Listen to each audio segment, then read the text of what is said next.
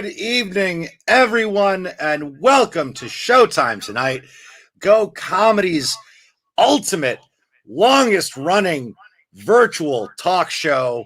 I am your host, not Chris Fortin.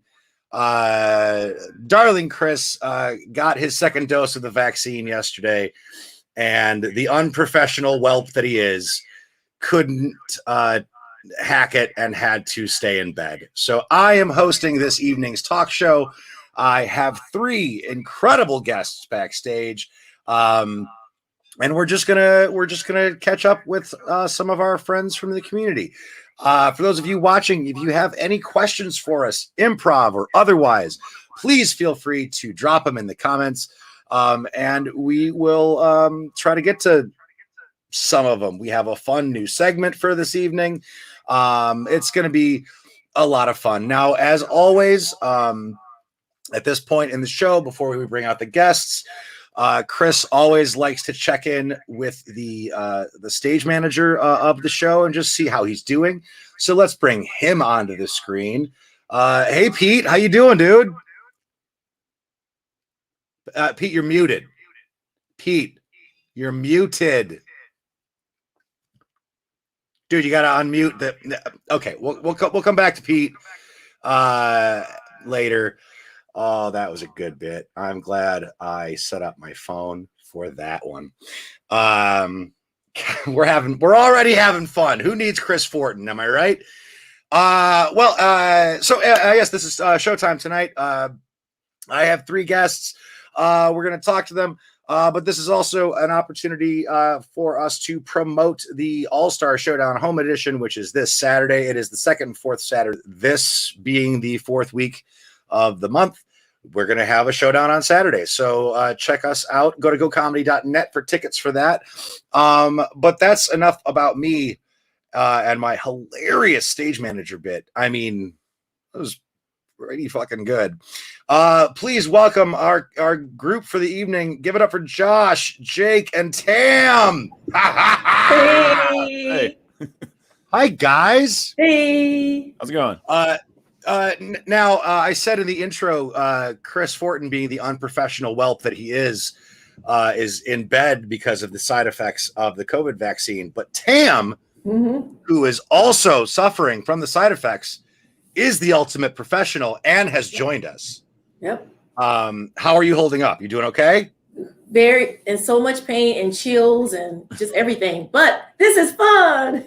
Yeah, there you go. Don't use up all that energy right there. Just hang on. We already got Amanda saying hi to us. Hi, Amanda. Hey, Amanda. Amanda. Now, normally, Chris goes ahead and ahead of time asks the students of Go U for a question that they would like us to answer. But I didn't find out till a little while ago that I was hosting this. And boy, howdy, did I forget to ask for a question from Go U. So I actually have a question. And I'm going to start with Josh because this is the reason that I'm asking the question. Josh, of the three of you, I know the least about you. And I was just curious, how did you get your start in improv? I started doing classes at Pointless. I guess it's been 2 years now because it was 2018. Okay. And had wanted to do improv for a long time. I'd come from a stand-up background and had done like theater performance and a lot of singing, and was like, you need to do it right now or you're going to give up. And then I got real upset at myself because I kind of procrastinated on jumping in on one of the classes and then got waitlisted. Punched my old computer and broke it because I felt bad about what I had done, and then had to buy a new computer, but then got in as somebody had dropped. And then I continued doing shows and all that. Right on. And real quick, I know we were talking about it before the show, but we're sending love to the Pointless Improv and Brewery family. They announced that they would be staying closed this week. Much love to the Tamalia family for many, many reasons. And much love to all of the Pointless crew. Dave says, "Hi, Chris. I'm assuming me. We'll get to the bottom of that. But hi, Dave. Hello. Then okay, so I already know the answers to the other two, but Jake, how did you get your start? Yeah, I've always wanted to do improv. One day I was driving for work, and I was coming from like the Kroger on 9 Mile, and I drove past Go Comment like, what's this spot? And I walked in, and Andy French was there, and I asked him about classes, and he said you got sign up or whatever. And I was like, okay, cool. And I came back, but then I got busy with work and I forgot, and I wanted to get the class in at the time I wanted to do it because I knew I had more busy work coming up. So I came in, and I kind of like Andy don't know this, but I lied to Andy French, and I was like, hey man, like I signed up, but no one said nothing back to me. So he's like, oh, I'll put you in, buddy. You're in the class. That's good. Yeah. And he was like, yeah. So Andy French don't know that, but like, yeah, I lied to you, bro. But you looked out for me. I appreciate it. So yeah. In retrospect, we will dock Andy's pay, even though he hasn't worked at Go in like 6 years. Right. And I guess I'm doing this in reverse order of how long I've known you guys. Because Tam, we've known each other I made a joke on Monday. We've known each other for 15 years. Yep. That is 15 years. That is still mind-blowing to me. But how did you get your start? How did you get involved in improv? So many years back in the day when the main stage show was at Second City, Keegan Michael Key and Larry Joe Campbell and all the greats, through my friend Deanna Griffin, who told me about it. I would go watch her perform with all those guys and girls. And I thought it was cool watching sketch. And I was like, I think I'm funny. I want to try something here, And then I looked into classes and I started taking sketch comedy classes first, where Pete was my very first teacher ever in the Second City family. And my first day of class, I was running late because in the Fox Theater parking lot, that's the day my the window in my car door decided not to go up. And I freaked out. So I was late. And then when I got to class, one of the classmates was like the oldest guy in the class. And like we always assume the older guy is the teacher. So when I ran into class, I looked at that guy instead of Pete. I was like, oh my God, let me tell you what happened. My window in my car in the Fox Theater parking. And then Pete was like, you're fine, sit down. I was like, oh shit. Like that's the teacher. Okay. So yeah. And then after sketch comedy, I started taking improv, and I was one of the last graduating classes before Second City left. So that's my history with that. Yeah. I back because I started taking classes when I was 18. And it because I did theater in high school, and then PJ, my brother, had started taking classes at Second City, and he's like, you'd love this. And so I saw like the May of 99, at the beginning of that month, I graduated, and at the end of that month, I had my first class. So I think I started teaching when I was 20 or 21. I don't remember. Wow. But I learned after my first class teaching ever, I learned that I could not tell people my age because the first day of class, everybody showed me respect. And then like at some point they'd be like, well, how old are you? And I'd be like, 21. And then no one respected me for the like everybody else was like, this fucking kid, what does he know? So I had to just straight up, I would never tell anybody my age until like once we were at Second City Novi and I was at least old enough to be accepted as a teacher or whatever. But also Tam, my first class ever, I was late because I got a flat tire on 75. And so like on this, the 18-year-old kid on side of 75 was like trying to change my tire. I showed up like 45 minutes late and it had rained. Like everything bad that could happen to make a bad impression with your teacher happened on my first class too. And I don't know if you remember, Pete, but when I finally had you again a few years ago at the Go classroom, Yeah. But my first day of class with you, I was late because my home garage door wouldn't freaking open. And I remember coming to class saying, Pete, oh my God, remember when we first met, my window wouldn't go down? Now my garage door wouldn't go up. So I don't want to take classes with you anymore. Well, I apologize to all of your windows and doors. Thank you. Well, actually, funny thing, I was late for my first class because I'm Jake. I'll be late Because you're Jake. Yeah. Yeah. Yeah. because I'm Jake. Y'all got some good reasons. I just overslept I was an hour late for my first class. Ooh, good sleep is the best reason. Yeah, and then I That's thought a I was very like, good reason. That's awesome. Oh, also we got Adam Brody saying hi, Chris. Adam. Hi, buddy. Not Chris Fortin is what it says. Not Chris Fortin. Right. Y'all should say hi, not Chris. They're not gonna do that. Yeah, they won't. Especially Maybe now Adam. They're not. Now that we've called him out on it, they won't do it. You're definitely not gonna do it now. yeah, now they're gonna start throwing cats jokes at you specifically because they know that you're Chris Fortin. Yeah, They're gonna be like, hey, Chris, you looking buff, real buff there. oh, yeah. I've been jogging. I've been deadlifting. You know me. Mhm. There we go. What's up, Mike? Michael, We got Michael what's up, Seiler. Mike? Michael Seiler calling in. It was Andy Seiler's birthday yesterday. Happy birthday, Andy. Oh, I saw that. Yeah. Happy born day. Drew ain't watching this shit. He's off being a dad. He might be. For carrying that towel that he always has on his shoulder for no reason. Oh, Okay, so well, we don't have we're not getting a lot of questions from our viewing audience, and that's fine. And I'm assuming at this point Fortin would have notes or something. So let's, you know what, I'm gonna bring back a question from the first time that we did this, and we'll go the other way. We'll start with Tam. What is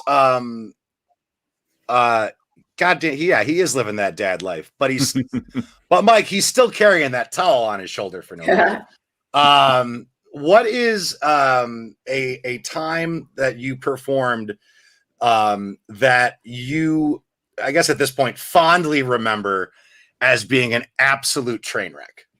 Oh, that's easy. So, because to me, it may not seem that major to a lot of people, but everyone who knows the big improv rules is like, I broke it big time.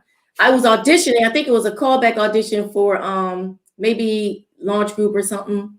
Or no, it was a short form show. So it was like one of those callback auditions. And so it was a packed audience. I had coworkers, family there and everything. And so I went up and said, hey, I'm Tam. We're about to do a montage. Can I get a suggestion of something that scares you? And then someone was like, clowns. And then I was like, well, I'm not afraid of clowns, so we'll do spiders. And then I just went back and started the scene. And I don't know, I wasn't drinking or anything, Pete, so I don't know why I did that. But I knew then, oh shit, I'm not going to get this gig, you know. But it's like, everyone knows isn't the top two rules? Well, yes, and follow the suggestion, right? Like that's number 1 and 2, probably. So yeah, that's like, I will never forget that because it was just dumb. And I think I was like out of body at the time. That I don't know why, but that reminded me of a story that my mom used to tell, that when she had my brother, she was in the maternity ward and she was sharing a room with another woman. And that other woman had just given birth and was holding her newborn, son in her arms. And the whole family came in to like meet the baby. And the woman's mom was like, oh, he's so cute. What's his name? And the woman said, we're going to name him Justin. And she said, Justin, what the hell? What a shitty name. What am I supposed to call him for short? I don't care what you say. I'm calling him David. Right after birth. right out of the gate. Grandma was already laying the law. All right, Jake, what is a memory besides bringing controversy to the Poconos? What is a train wreck performance memory that you remember? Oh man, fuck. So I'm sorry, I dropped the F-bomb. Well, actually I'm not. But anyway, so train wreck performance. So it's probably my second year. It's probably my first year doing improv. I was in this troupe called Planet Voltron. you remember Pete remembers this, or not Chris remembers this. And shout out to them. So I'm doing this scene, and we're doing like a short form. We're doing like this game called like when we redo history or whatever, and we just get a suggestion of a historical event and we just redo it. And someone suggested like a biblical thing, like Moses and let my people go, Pharaoh and all this shit. Yeah. And it was just part of this. So, and it was a scene, and it was a scene where like I don't know, everyone went out except me and this other person in his group, and she played Pharaoh, and she made me one of the slaves, and she made me one of the slaves, but she wasn't doing that because of, because I'm black. She just went with it. This is how it worked out. And when that happened, whole crowd was like, "Oh my God, how could you do that?" Blah, blah, blah. Some people in the improv theater, they walked out like, "Oh my God, you could do that." I'm like, it wasn't, and I kind of like didn't, and I kind of like did not, I didn't yes and I was like, "No, I'm not doing this." And it was real fucked up. Someone else made a joke talking about the Red Sea and with you. And made it about her period. It was crazy, and people got offended by that.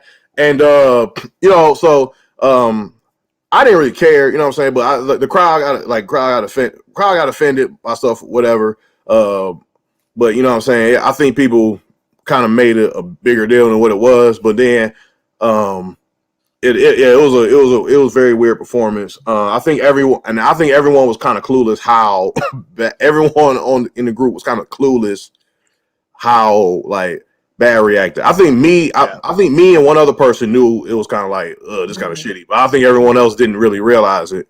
And then I had to tell everybody else later that man, like people like they didn't like it and they fucking hated it and all this other shit. And it was bad. People felt bad. One person started crying and shit. It was bad. Like it was God. And she felt bad, but she cool because she's still around. You know what I'm saying? I don't want to say her name because she might feel embarrassed, so I ain't gonna say her name. I'm gonna call you later, Jake, and ask you. You know who it is. I already know who it is too. Yeah, based on, and then she cried. I'm well aware who this is. Yeah. So, but anyway, it was bad. But yeah, it was bad. That was a train wreck performance. Yeah. All right. Real quick, we've caused drama in the Seiler household. So Mike tried to get Eric and Andrew to come in and watch, but only Mom came in, and then Mom says hi. Mama Seiler. Hi. Mama Seiler, we love you. We miss you. All right. So Josh, what is a train wreck performance story that you fondly remember? So this was a night at Pointless where it was a jam, and some new games had been introduced that folks, which I was very happy about, were putting musical pieces into it. So I was like, yes, awesome. I cannot wait to sing. And I got real excited. And when it came time for my turn and I got to be in one of the singing parts, I got overexcited, hadn't eaten like in the right amount of time. And when it came time for me to like be loud, talk, and sing, I didn't get a deep enough breath and I half passed out while on stage. So I definitely did like a, and then started falling forward. Oh no. And I think like in my head, I was like, this felt like forever. Like I was like, everybody saw it. Everybody knows that I'm like out on my feet. My feet feel like they've left the ground. My knees, like they haven't, I'm standing straight, but they feel like they've buckled. But I caught myself like at about this angle and it just looked like I was moving. But there was one person in the front who I was like, you know, and now I know, and now I feel everyone knows, and now I can't stop thinking about it. And everything I'm doing now is going to be under the pretense of like, what happened to him? Because I was falling towards her, and I don't remember who it was. It was like, it wasn't one of the regulars who was usually there. It was somebody who had come to watch, maybe somebody's friend. And I just, now I thought after like the set, I was like, so what she saw was just me going, and then like, she probably thought I was going to end up like falling into her. And so when I caught myself and I saw the look on her face, I was like, well, it's not that. I'm okay. We could keep doing this scene, but I now feel lightheaded and I got to pretend like I'm not. I ate like immediately after that and sat down and like looked around the room trying to be like, who saw it? Who saw it? Who saw it? Who saw it? Right. And no one was saying anything. And I couldn't tell it was because everyone was being nice or if it was that I just played it off real smooth, but I didn't feel like I played it off smooth. I'm just glad I didn't actually collapse on the stage. That would have been something. And Mom says, love you too. We got the whole Seiler family rooting for us. So my story, okay, well, I got a lot of these stories, but the one I'm going to tell right now, it was a class I was teaching. So I wasn't on stage, but it oh God, it makes me laugh. So it was a level 4 classico comedy. So it was the graduating level. And I've talked with this group over and over again about this story. So I'm not, throwing anybody under the bus on this. So the form that they chose is a form that I made up like years and years and years ago as just like an in-class exercise to like get energy in the room. And so it's called a monster-tage. It's basically a montage, but the edit is anybody on the back line, when they want to edit the scene, they have to go, rah! And then everybody else backline and in the scene have to scream like they've seen a terrifying monster. And everybody runs around the stage until there's new people down and they start a new scene. So it was basically just like to get energy in the group. And they loved that form so much they wanted to do it for their graduating show. And I was like, hell yeah, because I do. The form is entertaining on its own. And so we rehearsed the hell out of it, and they nailed it, and like they worked so well together.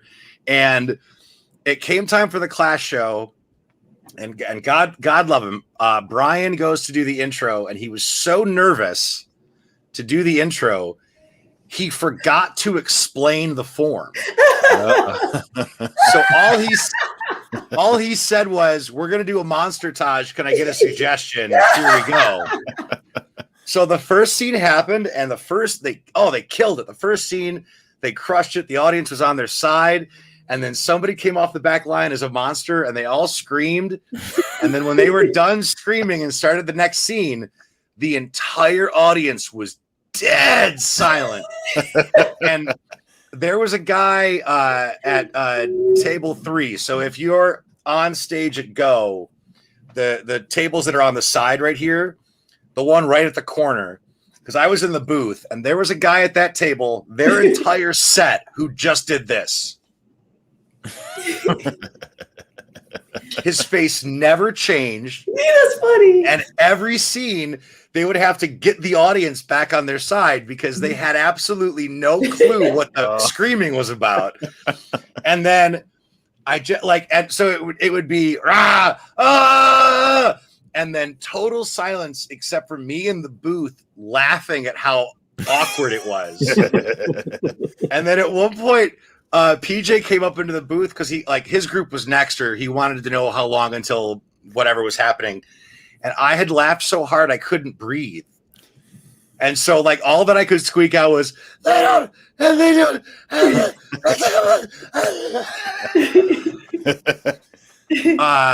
It was, oh God. And like they had a great set, and had they explained what the form was, the audience would have loved it. But the stone cold silence from the audience after every single scene was just, oh, I loved it. Yeah, I don't know. I still, I'm sure for them it hurt to perform like that, but it tickled the hell out of me. All right, so we have moving forward, we have a brand new segment for Showtime Tonight, and I'm really upset Chris isn't here because the intro video for this new segment I'm very pleased with. So everybody, get ready for Showtime Tonight's newest segment. Just kidding.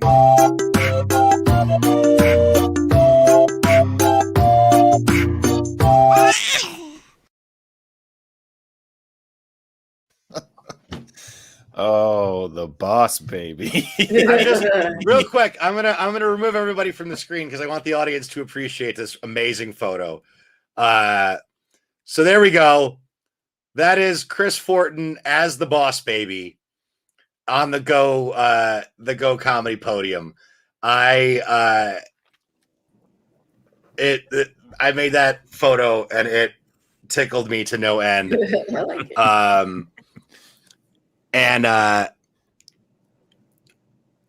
Ooh, wait. Oh, Chris, I thought your worst performance story was going to be when you were on stage for the beginner graduation performance ago. I was probably the worst improv student ever. Dave, that can't possibly be true. Absolutely not. And then we'll get back to this after our new segment, but Adam wants to know if you had a moment in improv that turned a really bad day around. That's an interesting question. We will get back to that. All right. So here's how Just Kidding works. Earlier today, each of the four of us submitted a story that took place when we were kids. Like I believe, what was it, like 5 or 6 was what the age range was. Like from elementary school or something. Yeah, something like that. It had to be a story from elementary school. And Kurt, hell yes, it is going to be a headshot. I'm going to use that photo for everything promoting Chris from now on. So all 4 of us have submitted a story from when we were kids. I'm going to post the story on the screen. It's all text, but I will read it. We'll go through all 4 stories, and then we're going to try to guess whose story belongs to who. Once we have gone through all 4 stories, we will reveal whose story it actually was. And as we did the last time with just the close-up photos, I'm going to tally the votes and see if any of us got anywhere near close to guessing who these were. All right, so the first one up is going to be this one. In 4th grade, my brother and I were home alone after school when there was a knock at the door. Our parents taught us to check out the window before answering and not to open if we didn't know who the person was. We checked, didn't see anyone, went back to watching TV. There was another knock. We checked and still didn't see anyone. While we were looking out the window, we heard the knock again and then looked down at the front step. There was a groundhog there banging its head on the door. Turned out it was rabid. We didn't answer the door. Thoughts? Tam. It's you. It's me? Yeah. Wait, Okay. You're one of the people, right? You're in it, right? I am. Okay, I think it's you. Okay. Yeah, I think this is a not Chris Fortin story. This is also a not okay. Josh, wow. Could this be you and PJ's kids? Maybe it could be. Jake, what do you think? I'm gonna roll with that too. Yeah. Wow. Okay, and just to clarify, moving forward with the rest of these stories, it's not a one and done. So if the next story you also think for some reason is me, I am still eligible to be voted for. All right, so the next one up, here we go. 5th grade, I went to my first concert to see Michael Jackson and his brothers, otherwise known as the Jackson 5. My aunt's car broke down on the freeway right as we were exiting for the Pontiac Silverdome. A limo pulled over to help give us a jump. The guys were all impersonators of MJ and his brothers. So I geeked out thinking MJ and his brothers actually gave us a jump till we got to the show, and I saw those same guys were seated near us watching the actual show. this sounds like a movie. Let's start with Jake. Jake, who do you think? That's Tam. All right. Josh, who do you think? I'm gonna go with Tam too, because we were talking about ticket prices and stuff for Beyonce earlier, and this just seems That is true. And then Tam, who do you think? I think it's Pete again. Rolling, All right. Tam's just gonna say me for all of these stories. All right, here we go. Next story. 5th or 6th grade. Growing up, I had a horrible temper. On Christmas, my final gift I opened was the biggest. It was a punching bag. When I asked my parents why they got me a punching bag, they said so you could take out your temper on this instead of beating up your little sister. I think it's Josh. Yeah, Josh. He punched his computer. I did punch my computer. Yes. That is true. Josh too. All right. And then Jake or Josh, who do you think? I'm gonna say, just so that there's one of these in every round, I think this is Pete. Yeah. I mean, I think it's not Chris. Yeah. All right. Sweet. And then I believe, that's okay. And then the final one. Here we go. My 3rd and 4th grade class were so bad we made both teachers retire. All right, Josh, who do you think? I like the way Jake is laughing at that. I think it's Jake. This is so Jake. It's so Jake. I just know. All right. No, it's And not. And then Jake, who do you think? That's you, Pete. That was definitely you. I think Jake was lying to his teachers the way he was lying to Andy French, and they were like, I'm out of here. All right. Viewing audience, let's see what you guys think. All right. So the first story we had was the groundhog story.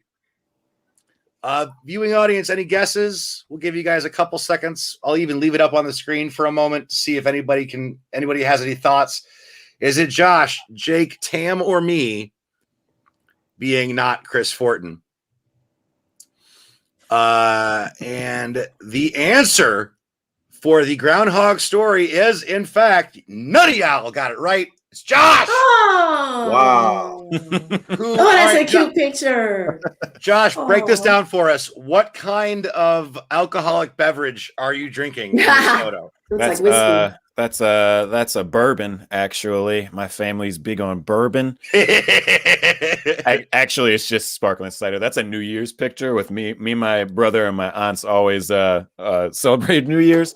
So I guess this is like the adult thing where they're like, well, we can't be drinking, but we can have sparkling cider. Oh, look, the kids like it, and this is their favorite part of the whole thing. Totally didn't help like any drinking habits that may have gone through in my 20s afterwards, but also for some odd reason, Mama Seiler thought that was also a me story. Now, okay, I have comparison stories for pretty much all of these. So it does make sense that you guys thought all of these were me.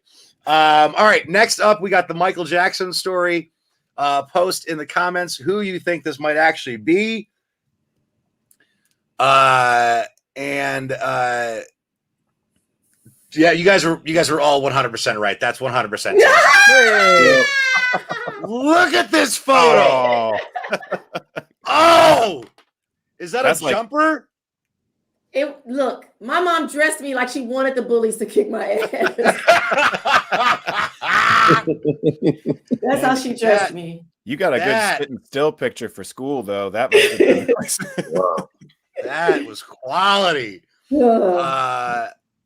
And Mike thought that the Michael Jackson story was Jake. Interesting. All right, then next up, we got the punching bag story. Well, I'll wait and see what people are thinking from that. And even though he was screwing around, Josh got it right. That is, in fact, me. Oh, geez. This is an Easter photo. I have no memory of this photo, but my sister loves posting it.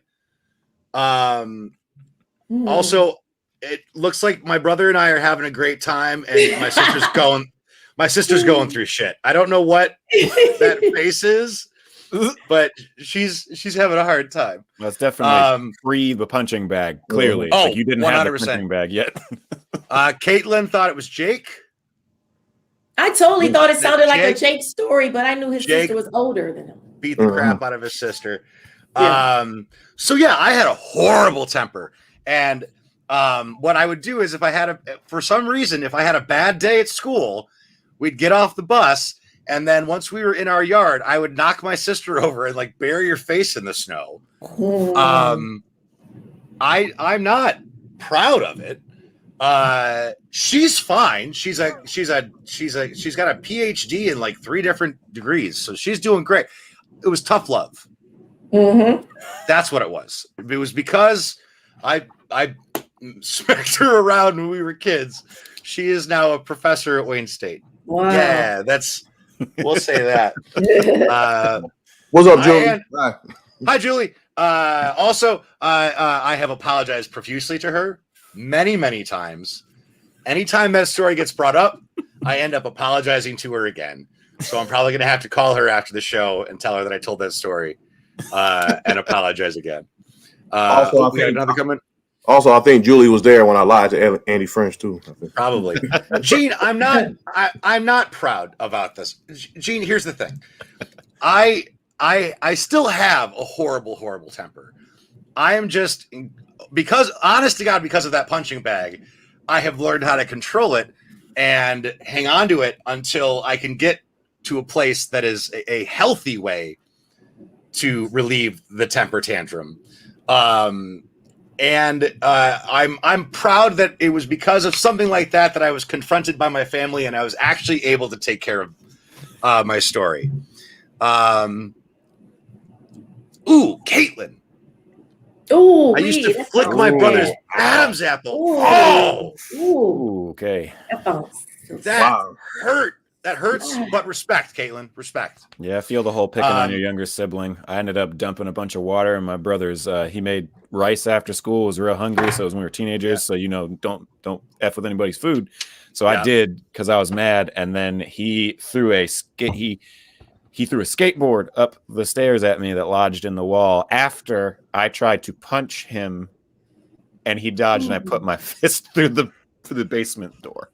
Damn! Wow. So you break more than computers. We were a territorial set of siblings that really that was the last fight we ever had. There is a story because growing up we never really fought. Like we would wrestle, but we never like really like got into it. The one time we did was PJ and I were like wrestling, and I don't know what I did, but I pissed him off, and he went to punch me, and when he went back like this, totally coincidentally, our sister had just walked into the room to ask a question. And so he got his elbow in her, like he busted out 2 teeth out of Julie's mouth. And then because of that, was so startled by that happening that he went full force forward and knocked out 2 of my teeth. Because of the knee-jerk reaction of, oh my God, I hurt my sister, I got to stop. And then, so that was the only time we ever fought. He knocked out like 4 teeth total between 2 of us. Did she ever get a chance to ask that question? Oh my God! I don't know. Okay, sorry. So final story, and this one you guys all got it right. Third and fourth grade classes were so bad they made both teachers retire. That's 100% Jake. Oh, that's so cute. I had those same socks. Oh my goodness. Oh, we all had those socks. Who knew he was going to be a sneakerhead? Them socks is trash. Yeah. Also, hang on. We're going back to the comments here in a second because Jake fucking just got a full handful of little Jake. We got Steve here. Chased my older sister with a butter knife and left it embedded in the bathroom door. Good Lord, Steve. You're trying to kill her. Man. This is all right. I did not know we were going to be airing these kind of demons. Good Lord. Jake, so I started reading when you sent me the story, I was like, this is awesome. And I love how short it is. My sophomore year of high school, my class was so horrible to one teacher, he quit at the semester break. Ooh. Wow. We made him cry in class because, like, just for whatever reason, nobody respected him. Gene wants Jake to. I mean, Jake, that could be a Halloween costume. I'm just saying. Bring that back. See if you can find a dog that matches. Like, I think you got your Halloween costume for this year all set. Yeah, I probably do. And then okay, so Josh, real quick, because I told you beforehand that I had a story about similar to your rabid groundhog. So like 2 or 3 years after Susie and I started living together, before we were engaged, we lived in an upper flat in Ferndale, and our driveway was, you'd go down an alley and then you'd pull into our driveway and then we'd enter through the back of the house. And I came home one night, and right as I pulled into the driveway, there were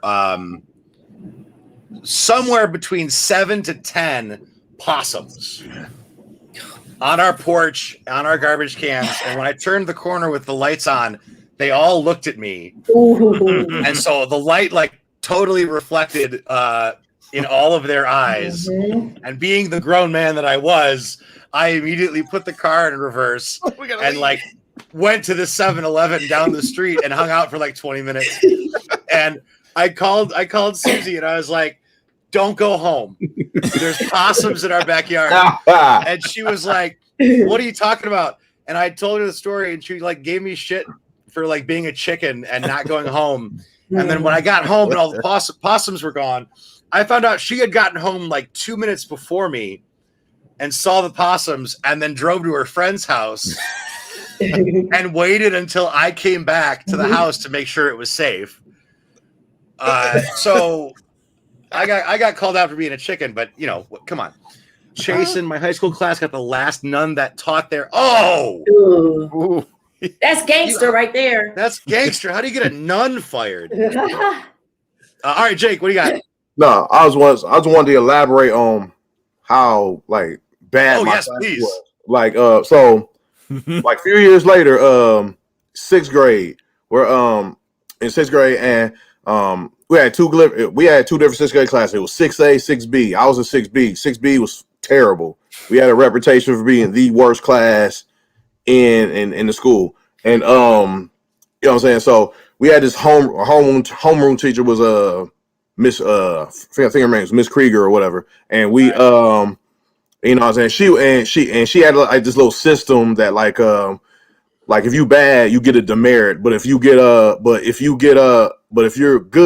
you know what I'm saying, you get a piece of candy or whatever, some prize or whatever. So that's how she was trying to do it. But like we were still bad. We were still terrible. Terrible. One day my mom comes to pick me up early, and she's and my mom has to talk to Miss Krieger about me and like some other stuff coming up with me. Like I might have to get picked up early, and she's outside talking to Miss Krieger, and my class, they're just yelling, just yelling and loud and just disrupt. It's terrible. Just very loud and terrible and just roughhousing and whatever. And my mom's trying to listen to Miss Krieger talk outside the hallway, but she can't hear. And she said, what? And then all of a sudden my mom couldn't take it anymore. She just jumped in the classroom and was like, shut the hell up. That sounds like a movie. Like, shut the hell up. And then like everyone in the class like,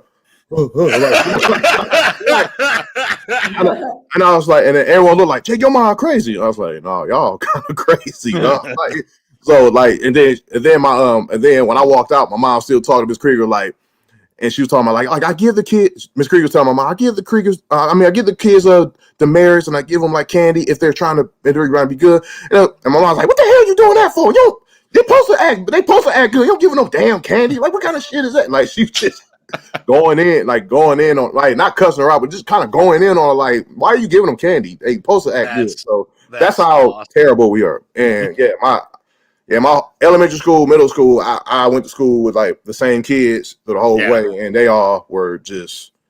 I wound up in the bad class every time. Yeah. I don't know how it was. So I taught at Second City in Detroit, and then when it closed and moved to, hang on. Yeah, your mom did not have time for that nonsense. That is accurate. And then when Second City moved to Novi, I wasn't working there. And randomly, when Bob was still in classes, Bob Wick, he asked me to coach a group that he was forming. And I said, yeah, sure. So I was coaching his group that had a couple of guys that were also in his class. And all of a sudden, one day I got a phone call from the training center. I think it might have been PJ who called me from the Second City Training Center in Novi. And they were like, listen, I know you're not on the teaching staff, but basically Bob's improv class was so awful that all of the teachers refused to teach his last 2 levels of improv because everybody in that class were just terrible students. And so because I coached Bob briefly, I became a teacher at Second City Novi because nobody wanted that class. Wow.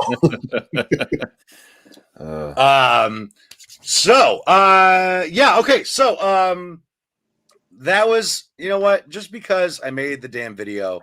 All right, everybody. That was just kidding.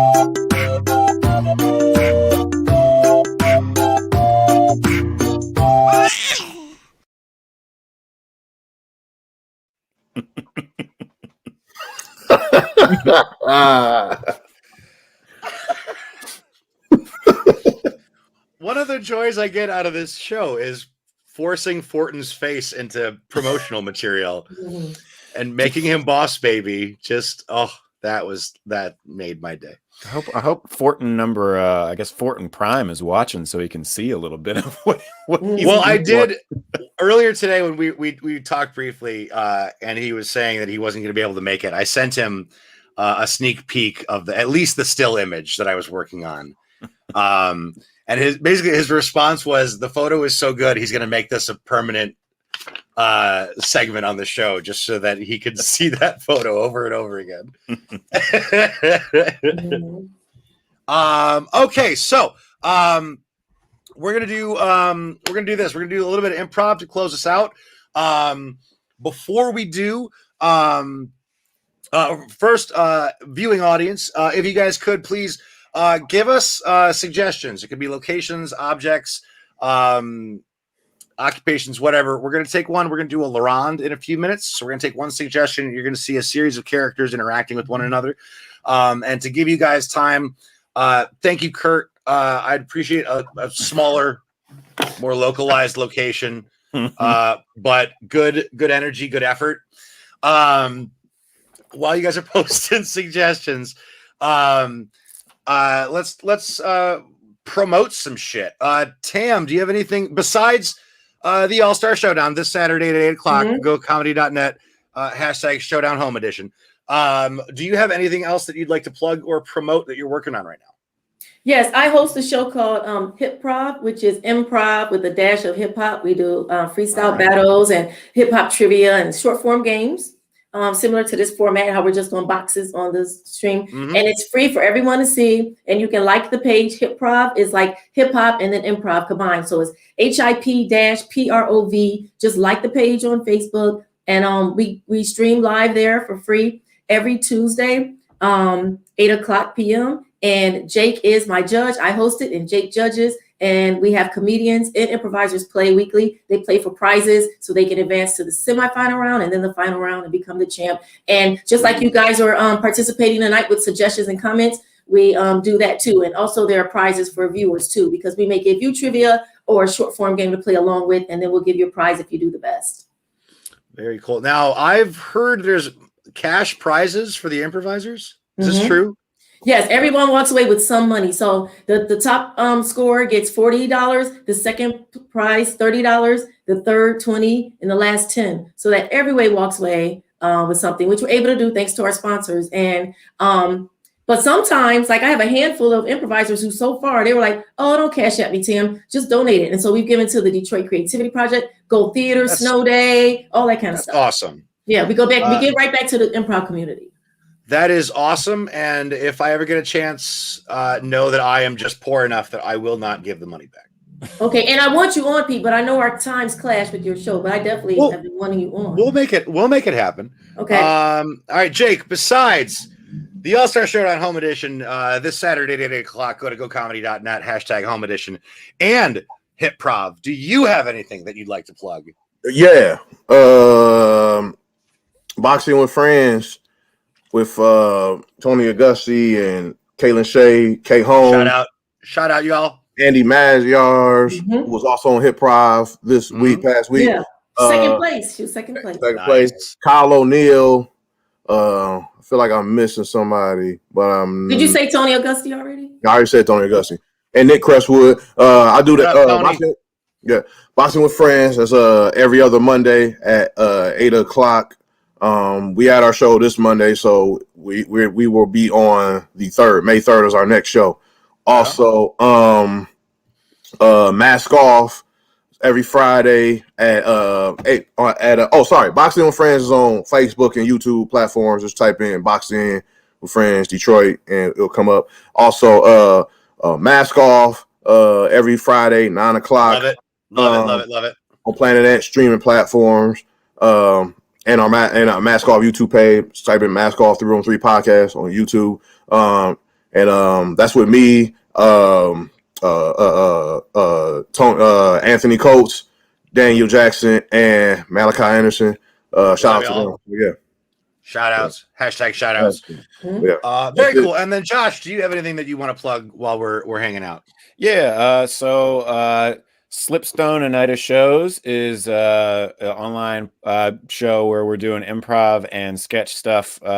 It's a mix of both, and then we do shows twice a month, and there's one coming up on the 29th at 7:30. So you go on Facebook, Slipstone and Night of Shows. The way you get into that one is you just check the information on that, tell them that you'd be interested to go into watching, and then it goes into a Zoom presentation space, and it's free. And people, just like we're getting with folks tonight, get to interact with it. So you're not just watching, you get to put in the suggestions. There's kind of like there's a bit of a chat thing going on as it's happening. We've kind of figured out how it's like, we can still be doing jokes that aren't taken away from the show, and they kind of like balance out like the show and add more to it as well. But 29th of April, we got one at 7:30. Very cool.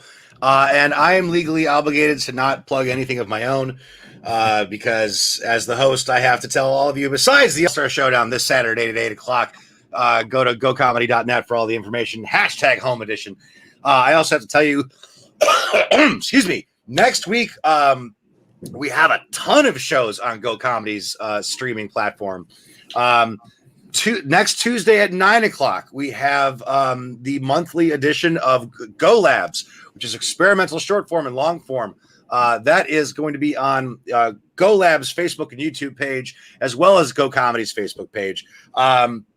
Next Thursday at 7:30, we have Go Comedy's monthly storytelling show, Let's Just Say. They are doing this month the theme of Mother Nature and Me. Then next Friday at 8 o'clock, we have our improviser manic comedy date night.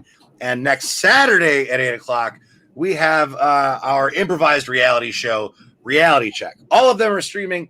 Let's Just Say, and Go Labs is absolutely free. You just watch the feed. Date Night and Reality Check are similar to the Showdown. You got to give us a couple of bucks. And that's all on gocomedy.net. Or go to our Facebook page, because every week we will be posting events for all of those shows. Good God, I'm tired of talking. That was a lot. Yeah. Kurt did narrow down his suggestion to the Earth. So we'll start off with that suggestion. So we are going to do a LaRon. We're going to start off with, you're going to see a series of 2-person scenes that are all somewhat connected. But we are going to take, let's see, what do I want to take? Let's go. We'll start. So we are on the Earth in a treehouse. Thank you, Mama Seiler. So on Earth, this Earth, in a treehouse. So let's have two of you guys start on screen, and we'll get going. Honey, I know you said you want us to connect with the Earth, but this treehouse isn't that romantic. We should have. Is there a plan B? I'm not liking this. It sounds like you're not on board with the treehouse like we talked about beforehand. Well, honey, you know, when we're talking as the reality shows are playing, I'm really not listening to you. You should know that by now. I thought those reality shows were a way for us to connect while in the grace of nature here in our home that we built together. Oh, you thought they were a way for us to connect? I'm so sorry, you're mistaken, babe. They're what saves our marriage. If I don't have alcohol on my reality TV, I'm out of here. Well, I could get you all the alcohol you need. I mean, all I got to do is go down the well-placed rope ladder that I put together. Thank you, with no help from you, actually, as I'm remembering. Oh, there's liquor stored in the treehouse? Of course there is. You think I didn't pay attention? You do love me, dear. You do love me. I can't lose another wife. I mean you. You were married before? Yee. Just like on those reality shows. When I watch next week's episode. Tag out Tam. Yeah, sir, I've inspected your treehouse. You're not zoned for alcohol use. You're gonna need a liquor permit. I'm gonna have to tear this whole thing down. Okay, I sure hope your relationship isn't weighing on whether or not this treehouse exists. Well, your hopes are about to dash my entire life because it turns out that they are being pinned on those. Those are all my hopes. Well, I apologize, sir. I'm just, a civil servant. But if you don't have a liquor license, then this treehouse can't be having alcohol in it, Well, what if I make your day easier, like $200 easier? Might that make things a little bit easier? You might I don't here for a little bit. We could gloss over the fact that you're trying to bribe a government employee and just point out the fact that $200 would pay for the liquor license. Well, then I feel bad telling you that I was lying. Tag out, Josh. Yeah, Larry. Yeah.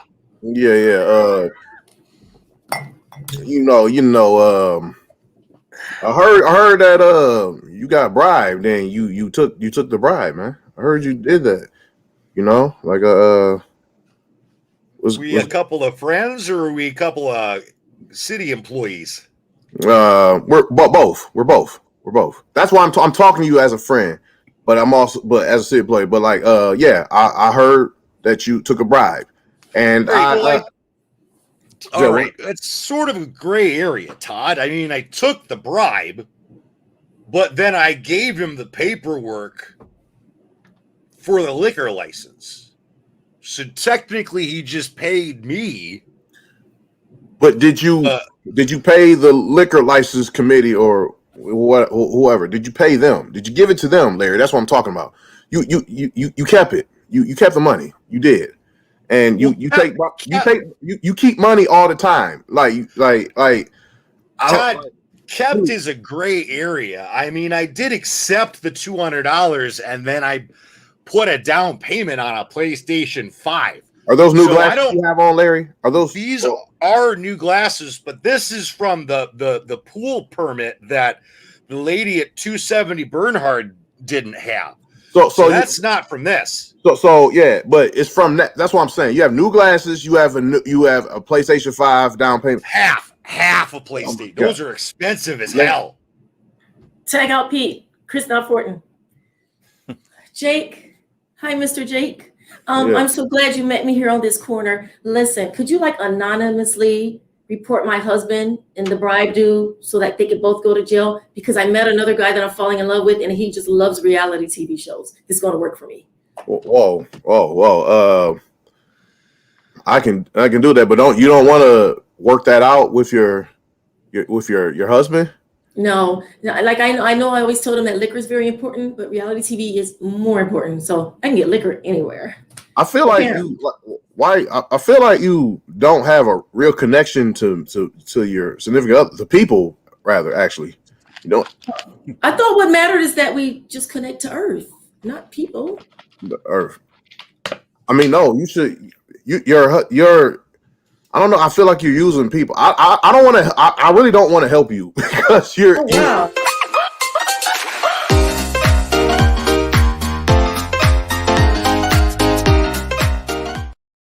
Yeah. I was just about to bribe Jake. That's right. Happy Earth Day, everyone. Yeah. Well, thank you everybody for watching. Thank you, Josh, Jake, and Tam for hanging out with us tonight. Thank you, Chris Fortin, for being a punk and staying in bed. I don't blame him. I don't blame him either. I got the side effects on Monday, and you guys saw what a train wreck I was at rehearsal on Monday. But still, I can call him a punk for not being here because that's our relationship. But thank you everyone for watching. please go to gocomedy.net and buy them sweet tickets for this Saturday's All-Star Showdown Home Edition. That is 8:00 this Saturday. It features these 3 lovely, handsome people, along with 3 other lovely and handsome people, and also Chris Fortin. Yeah. Who might, he features a different brooch every week. So come for the brooch, stay for the improv. Can we call him not Chris Fortin? Ooh. We could definitely say he's not Chris Fortin. Also, I'm going to have a t-shirt made that says come for the brooch, stay for the improv.